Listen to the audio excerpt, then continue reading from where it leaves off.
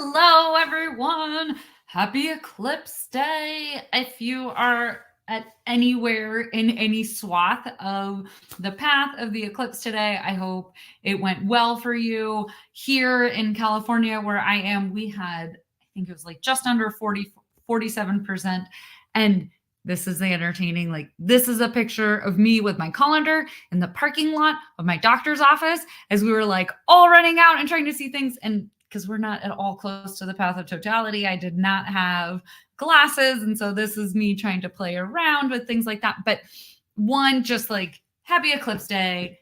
It's crazy. It's bonkers. I hope you had a fun day. I hope you just could ride the wave of the eclipse. It's a super cool opportunity that, yes, happens all the time around our globe, but rarely sort of can take over so much of our country and things like that. So just major shout outs to enjoying the eclipse, and major shout outs to you for riding that wave with your students and if they had any wobbliness around this. Now, what I want to talk about today with you all, just sort of quickly, because there's so much going on, is I just kept getting struck by when I was seeing these images, and let's see, I was getting them from friends as they were coming through. I was getting them from my dad as he was, in Vermont with my stepmom, who is the head of a school, all of these fun things. I had this realization where I was like, this is visual data, right?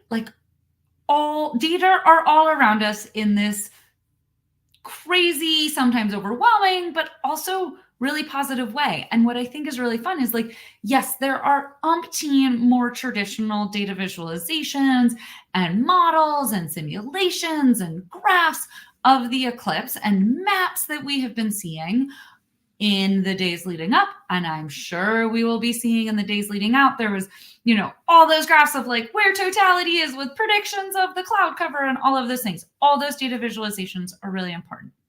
But this, the students using a colander or adults using a colander, this is also a data visualization. And then it reminded me of this awesome session that I went to at the National Science Teaching Association conference a couple of weeks ago in Denver, still sort of trying to get my feet from back underneath me from that, and then my kids' spring break. But so I went to the session that was led by Letitia James and others at West Ed. It was great. And what they were talking about is how do we think of and use images as data? And so they had this great thing where they put together all of these cards. So here is a set about different volcanoes, and they had these different images for us to look at. And on these data cards for each, in this example, it was volcanoes. They had a wide variety of different examples. So this is Mount Blackburn. They've got all these different variables or attributes that we have. And what's really interesting is yes, some of these are data that we can go collect, variables we can collect information about, and some are just automatically recorded as we are taking images and thinking about that piece, our intentional variables and attributes versus our sort of collected in the background. Where does this connect in with metadata and what metadata is? But so many questions, and we can dive into that further. But what I want to share out here was this great way, the great hands-on activity that Letitia led us through at that session, at the workshop, at the conference, was we were looking through this, and we have, look, this is the volcano example. There's this huge stack of so many volcanoes, and we had various different attributes or variables. So volcano name, the state, the elevation, latitude, longitude, the type of volcano it is, its last known eruption. Is it an obvious volcano? What is the sort of dominant landform in the landscape? So those are just some, right? There could be more that they included on these data cards. But then what was so fantastic is we worked in small groups together to kind of look through these data. Images, right? We don't often think of images as data, though we are also awash in images all around us.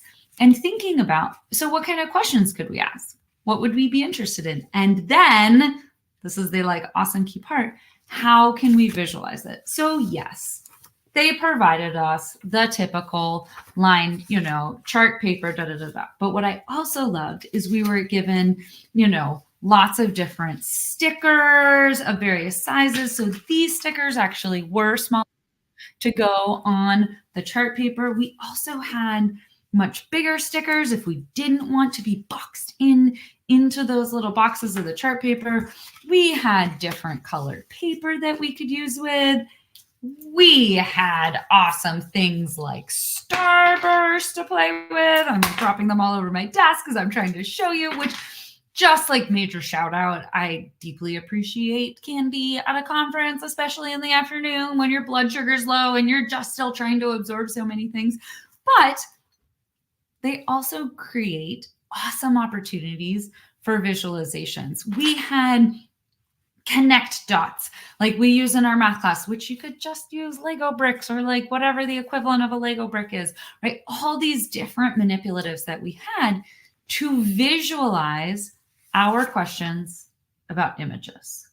So I just want to give like this quick shout out on Eclipse Day where we have 1,000,002 photos maybe coming in that we are taking or that our loved ones and friends and family and colleagues are taking and sharing out.